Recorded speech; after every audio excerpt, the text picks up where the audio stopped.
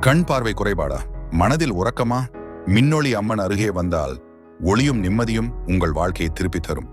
திருவள்ளூர் மாவட்டம் பூண்டி அருகே அமைந்துள்ள திருவெண்பாக்கம் ஊன்றீஸ்வரர் மின்னொளி அம்மன் திருக்கோவில். இத்தலத்தின் மிக முக்கியமான சம்பவம் சுந்தரரின் வரலாறு. திருவொற்றியூரிலிருந்து திருவாரூர் செல்லும் சுந்தரர் ஒரு தவறுக்காக சிவபெருமானால் பார்வையிழந்தார். அந்த அனந்த நிலையில் திருவெண்பாக்கம் வந்து இறைவனை வேண்டினார்.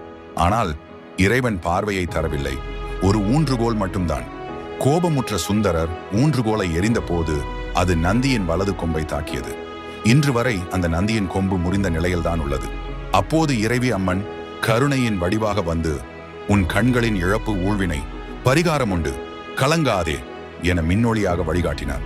அம்மனின் இடது கால் முன்னோக்கி நகரும் வகையில் அமைந்துள்ளது. அவள் சுந்தரருக்கு வழிகாட்டச் சென்ற பாவனையை குறிக்கிறது. இந்த தலத்தில் அமாவாசை, பௌர்ணமி நாட்களில் வடைமாலை அர்ப்பணம் செய்யப்படுகிறது. தேன் அபிஷேகம் செய்து கண் பார்வை பிரார்த்திக்கப்படுகிறது. பார்வை குறைபாடு, மனமுறக்கம், திருமண தடை இவை அனைத்துக்கும் தீர்வு காண மின்னொளி அம்மனின் அருள் மக்களுக்கு நம்பிக்கையாக உள்ளது. நீங்கள் சப்ஸ்கிரைப் செய்திருந்தால் வேறு ஒரு தலைப்பில் மீண்டும் சந்திக்க வாய்ப்பு உள்ளது. நன்றி.